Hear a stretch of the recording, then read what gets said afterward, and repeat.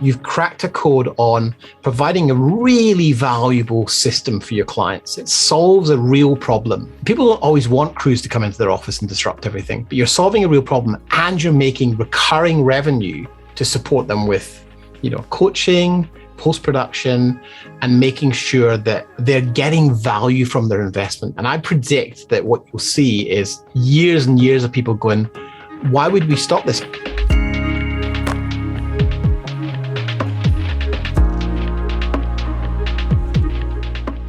Mr. Schwager, it's been a while since you've been on the show, and it's great to have you back. And for anyone watching this, Chris is a pretty good looking dude, but I don't know, this lockdown is just kind of, it's just, are you using new shampoo? Are you using a new trimmer? Because you're looking pretty sharp, dude. Mate, it's more time out in the sun, more time with my feet on the ground.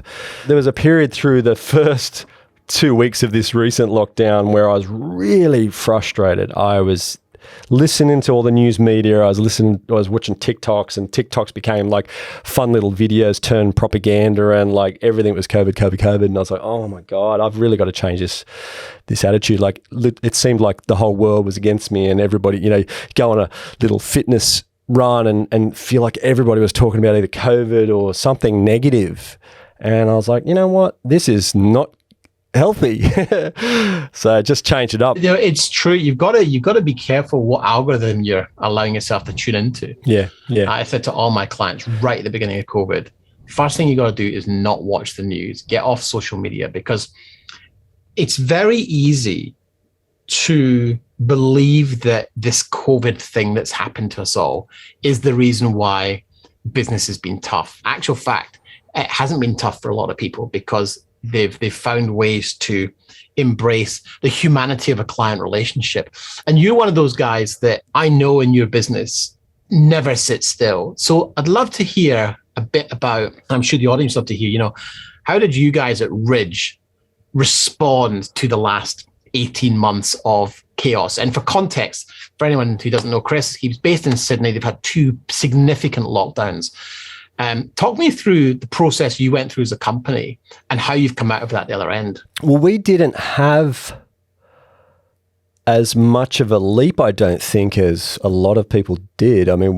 We knew at the first lockdown that we needed to do something, different and still reach out. And a lot of what you had talked about through that period was really resonated with me, and I had to find new ways to talk to the market, I think, was the main thing. And I always kind of found that whole front end of the lockdown quite interesting, because there was a lot of businesses going, well, what are we calling? Like, if we're going to reach out to our clients, what are we calling them about? Like, what are we saying? Is it just an empathy play? Because soon enough, that will wear thin and people will be like, what do you want? So there had to be some reason. There had to be an offer, an idea, a new product, a new way of helping our clients than just calling them up and going, oh, do you guys want a video? Like, that's not enough. And, there's nothing really sexy about selling video. I've always thought it's a tough thing, when production companies I found through that period, now us included, kind of played the whole, oh, we'll give you a discount on your studio hire play. It was like, I found it just so boring. It's like, it may have been, financially beneficial, but it just wasn't, anything there. There was no real hook or incentive of why people would jump up and start doing things. And so to go through this prequel, I guess, to this period, we had this concept of the desktop studio that was born out of something that we saw from Wistia. And we played with it, and we'd done like a beta version of this. And effectively, it was like an all-in-one studio, if you like. But the beta version wasn't 100%. We built 2 kits, and then we kind of, got rid of it, and that was the end. And we forgot about it for a while. And then it was like January of 2019, we went to our business coach and went, we are so burnt out with this travel and going to the clients for 15-minute call, meetings, and just the whole preamble and post-amble of those meetings, and just the downtime was insane. And we were exhausted. And literally overnight, we had decided that we were going to be selling from Zoom. That's like the next day, that was it. No more traveling. And that's the best part, by the way, about having a business coach And like yourself, Dan, I mean, I'm sure there's people in your program that would just do exactly the same. The decision's made, they can get on with their business and move forward. We started doing the Zoom calls, and that presented its own form of challenges, right? Because back then it was like having to convince people to go onto Zoom, then they've got tech hassles with webcams and sound and how does this work, and then we don't have our systems in place to be able to make sure that they're set up correctly. There was things that we needed to build, but when it came down to it, when what the camera saw, what our prospective new opportunities saw was me under shitty little Logitech webcam with a crappy printer and a door in the background and crappy lighting. And that was the first impression we were giving. And we think that for a creative business, you've got to look and sound the part, you know? And so we had rebirthed the concept of DIY desktop and built the new and upgraded version, which is what we're selling now, which is the DIY desktop studio in amongst the DIY program. And we had 2 kits built at the end of 2019, and we were actively using them into 2020. And then when lockdown hit, we were like, righto, this is it. This is the way we're moving forward. Yeah, we'll make our calls and all that, but primarily we've got to be leading with something. This seems like the most logical thing to push forward on. And the first kit we ever sold was Brendan's. We packed it up, we got it out of the studio, and we gave it to the client. I have had this conversation with startups and they're like, oh, we think we're going to launch in June. And I was like, do you know when you launch? It's when the paycheck comes. When they're willing to pay, you take the money and you figure out how to build it later. And that's what we did. We had 6 orders. We had payment for 6 kits and we didn't have any components. We were bringing them in from all over the world. And the biggest thing that we had struggled with was the little Logitech adapter that you needed to stream your camera to your computer. But nevertheless, we got through that really quickly, and we got up and running, and we started implementing and installing these kits. And we realized very quickly that if it's just equipment sitting on the desk, it will just be equipment sitting on the desk. Not all people are intuitive and fast learners to be able to go, oh, I'm just going to go, like, I've got this beautiful looking and sounding setup now, automatically become video marketers overnight. It's still required ongoing assistance and support to help people through that on camera training, script templates, ideas about implementing, editing, how and what videos to use, how to use it in sales. You know, these gaps were the real things that people struggled with. It wasn't the tech, because we'd solved that problem for them. One button switch and on it goes, and you're lit up just like I am now within seconds. I had an install yesterday I did for a client, and I showed him that, and he was like, oh my God.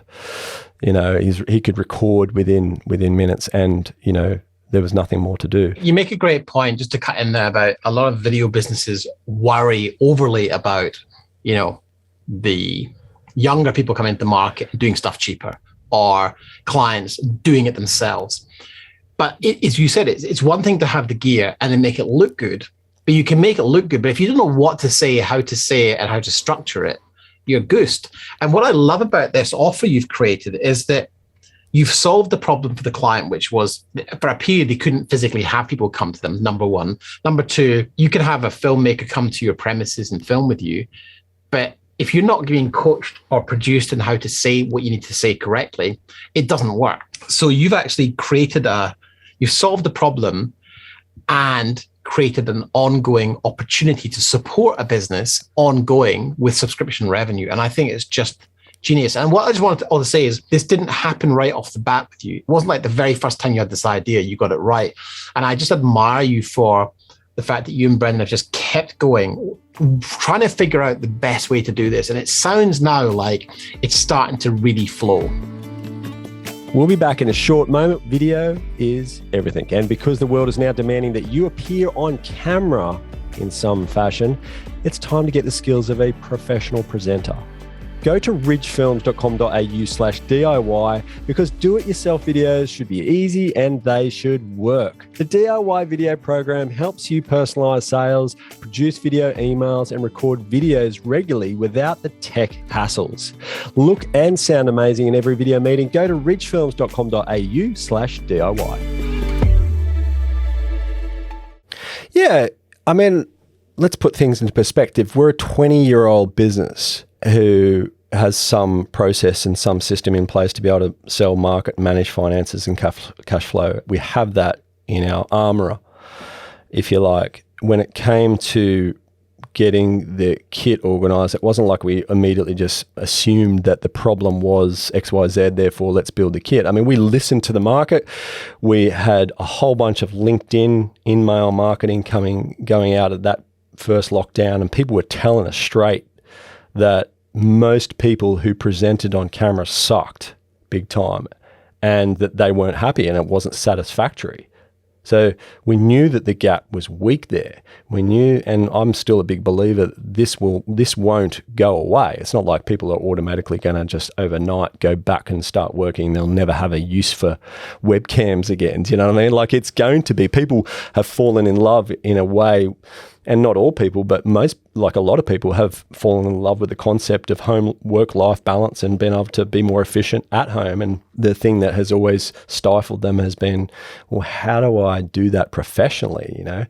And I think that's a big key here with what we're putting together is you can look and sound the best and professional, and you don't need to overhaul a studio in your home or office to do it. We did an install. An enormous amount of money. I mean, like, you're in your home office, I'm in my home office. I am 400 meters from the beach. I used to have this setup at WeWork in Piermont in Sydney. And it was costing me $5,000 a month. It's just, that is insane. We've got a video just about to launch on the DIY programs webpage. It's ridgefilms.com.au/DIY if you want to go and have a look at it. There's a nice little catalogue of videos starting to brew up there, and there's a behind the scenes happening of me actually installing one of these kits. And this particular client was, look, we don't really need it for streaming. We really just want to be producing training videos at any moment in time. We want to be able to stop and just do the training videos. And I was like, cool, where do you want this thing? And because I had this beautiful office, it was really, Surrey Hills, decked out.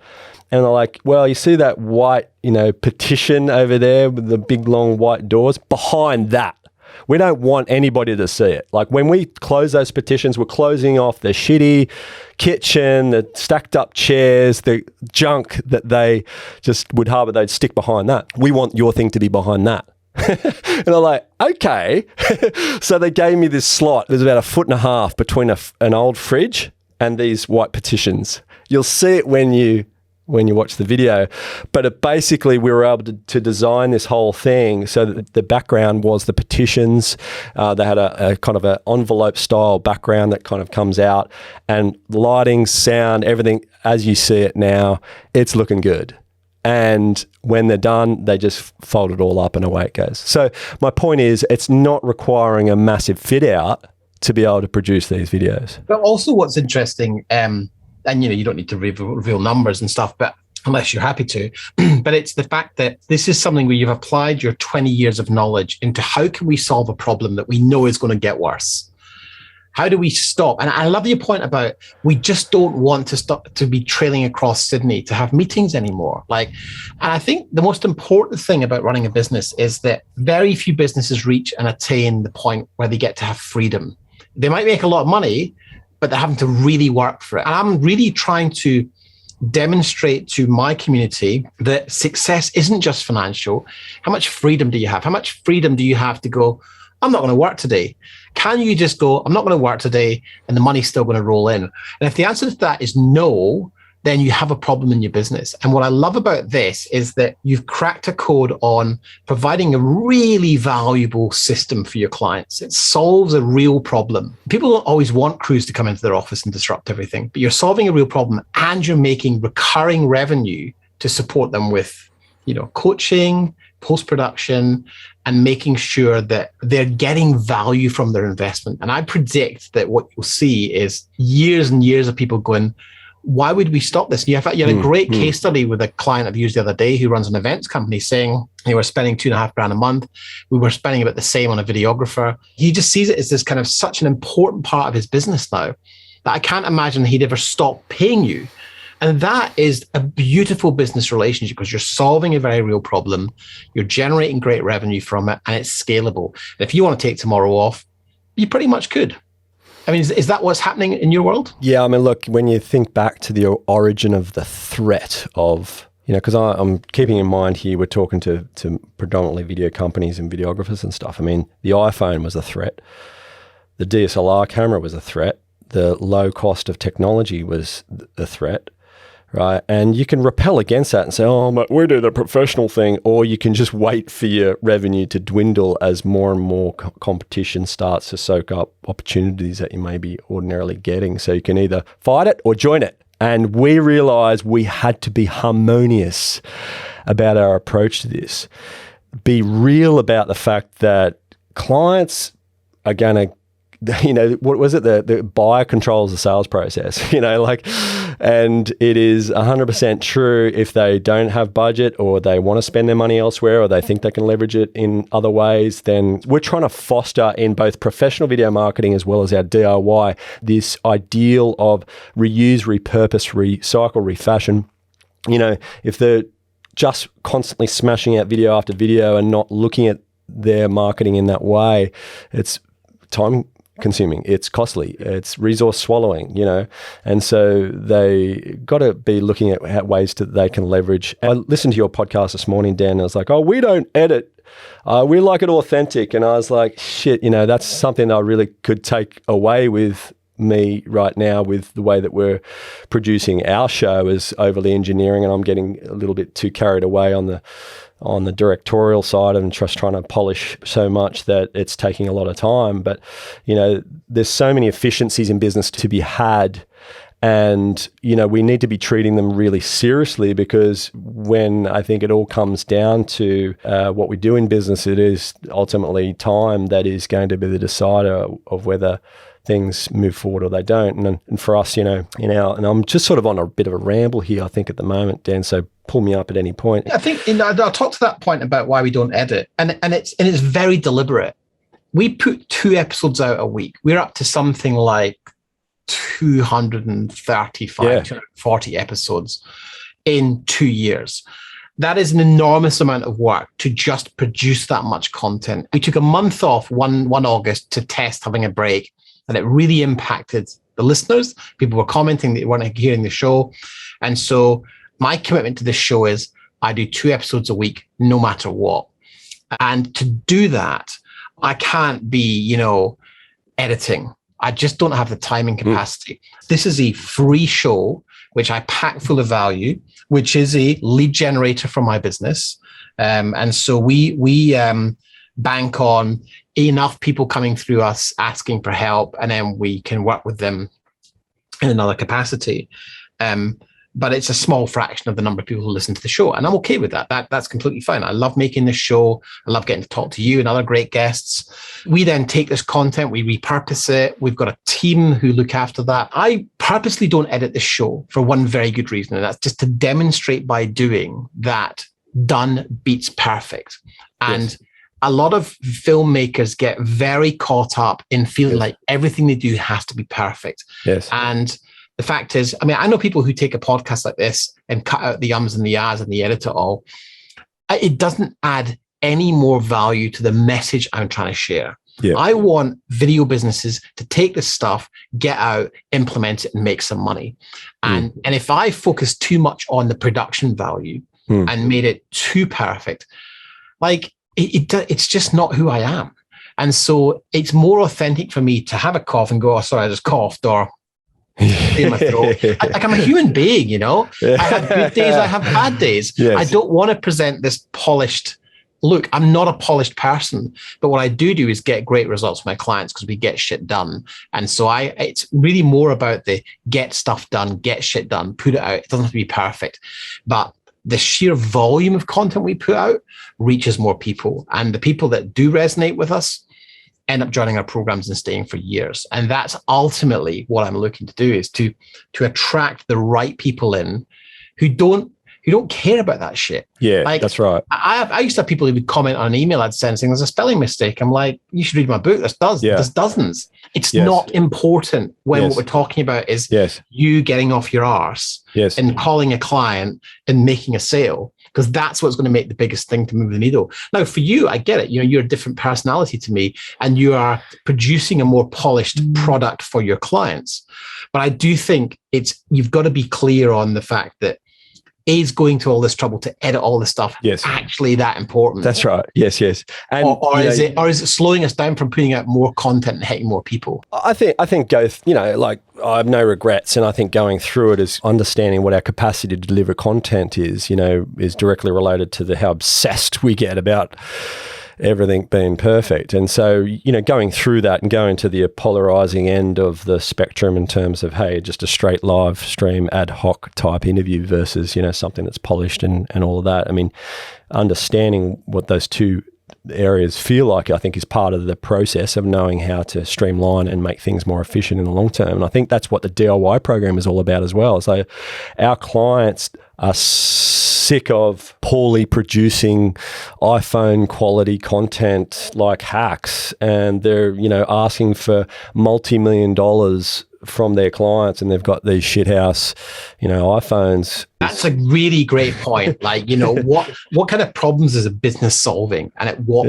price point? And therefore, does the way you communicate marry up with the price point of the problem you're solving? I think that's a really interesting point, because that is what is most important. If you're solving $100,000 problem, then an iPhone video is probably not going to cut it. But it depends. It depends on what it is, And that's where you come in as a producer, as a production company, to help clients understand what is the right balance for them. And I guess that's where you produce them or point them in the direction of producing them in a certain way to suit their market. Yeah, and we're sitting in the middle of iPhone and high-end production, so they're not willing to go and do the types of stuff they want to be doing by getting a crew out every single time. Do you know what I mean? And so they want flexibility to record when they want, to look better in Zoom meetings and present better doing that, and also find new and innovative ways to sell to their market. Like, do you know what a game changer the video reply inquiry has been for our business? Oh my God, it is just like killing our sales process in a good way, that is. And then our proposal walkthrough video. Those two videos at that pre-sale area are personalized, show that we love them, show that we care, that they're not a number. That is a huge deciding factor when somebody's looking at you and two other quotes and, trying to figure out who they should go with. Personalization will win. Plus you're demonstrating your technical ability to produce great looking video. That's right. In a Zoom call. Yeah. And then when somebody's inquiring about DIY program, and I reply straight away with a video, personalized video for them from the DIY video studio, they're like, right, this is what I can be doing. And this is the thing that I think is, we've known each other a little while now. I always love hanging out with you because I love the way you run your business. You understand that it's not just about being different for difference sake. It's about genuinely caring about the outcome and being sharp enough to come up with unique ways to stand out. And I think that's partly because a lot of video business owners are very introverted, and therefore they want to hide behind the camera. But I really believe if you want to succeed and have a very, very healthy income and living from video production, stepping out of your comfort zone to get on camera and talk to people will blow your business up. And that's an interesting point, because do you know how many people out of all the inquiries we get for people wanting to work with us, or they're coming from the UK and they want to start doing camera work here or whatever it might be, right? All of those people that want to work with us in some capacity, you know how many lead with video? I'd say zero. Fucking zero. Zero. And like this, I was talking to Kim Barrett, who was on the show a while ago, and he runs a big marketing agency in Perth, and he said, you know what? It baffles me that video production companies do not use video to sell their own service. That's like saying, I'm a steak restaurant, but I'm a vegetarian. Yeah. I don't like cruelty to animals. It's like what? Like be congruent, you know? Show us how great you are. Don't tell us. Don't ask me for 20 grand. Yeah. Yeah. And how much opinion sways when you're at Harvey Norman and you're looking at vacuum cleaners and someone goes, the sales guy goes, I've got this very vacuum cleaner and it is the best thing. I'm so glad that I bought it. And you're like, shut up and take my money. It's done. I know. You know what I mean? Like, you know what I mean? So it's kind of that same concept. You know, we're right from the start of our business, or very early on in our business, we committed to leading by, eating our own dog food, leading by example, showing them how we do it and how they can do it too. Well, it's back to why I don't edit the show. My phone's buzzing away during the show, you know. There's stuff drilling us. It's not perfect. But you know what? I guarantee someone will take away 2 or 3 really amazing lessons from this. And if they apply it in their business, they will make money. That is my objective. I want to demonstrate to people it doesn't have to be perfect, but thinking about an idea doesn't execute. And I think now more than ever, you have to just try stuff. Like, you know, you didn't get this whole kit thing right first time. It's taken 2 or 3 years. And anything worthwhile, I think, takes time to come together. And, you know, like, it's 100%. Nothing will ever be perfect. We've still got to go back to our existing clients and resell on the opportunities now that the ZRY program has. Like, you know, because when we started, it was, you know, some equipment. We realized that was nothing unless people had the training, the resources, the knowledge to know how to implement and do things properly. Okay. So, you know, like, there's so much still to learn from our perspective, but we've got a very confident where we know where this is positioned. We know people are loving it. You know, marketing's working better now. Advertising is starting to work. So there is more and more people looking at it as a feasible option, and I think that's only going to there's only going to be more demand as people realize that, you know, the iPhone is an unacceptable device for professional video marketing. It doesn't solve all the challenges. You know, it's not, an iPhone's still just that device in your pocket that makes everyone a video producer, but doesn't make them overly good at it. You know. Yeah. Now, I'm conscious you've got to go and pick up your kids, so we'll wrap this up now. Okay. But Chris, it's been great catching up, and let's get you back on the show very soon, because I think the listeners will always get value from someone of your pedigree sharing the real challenges you have today in 2021. You know, readjusting continually to what does the landscape look like, and we'll link to that URL over on the website as well. So go have a look. It'd be great to have you back on again sometime, mate. Yeah, look, it's my pleasure, Dan, and I just love listening to your show, man. What you're doing for the video community, I think, is outstanding, and I think, you know, you should give yourself a big pat on the back. The VBA, man, go the VBA. Thanks, man. I'll chat to you soon. All right, take care.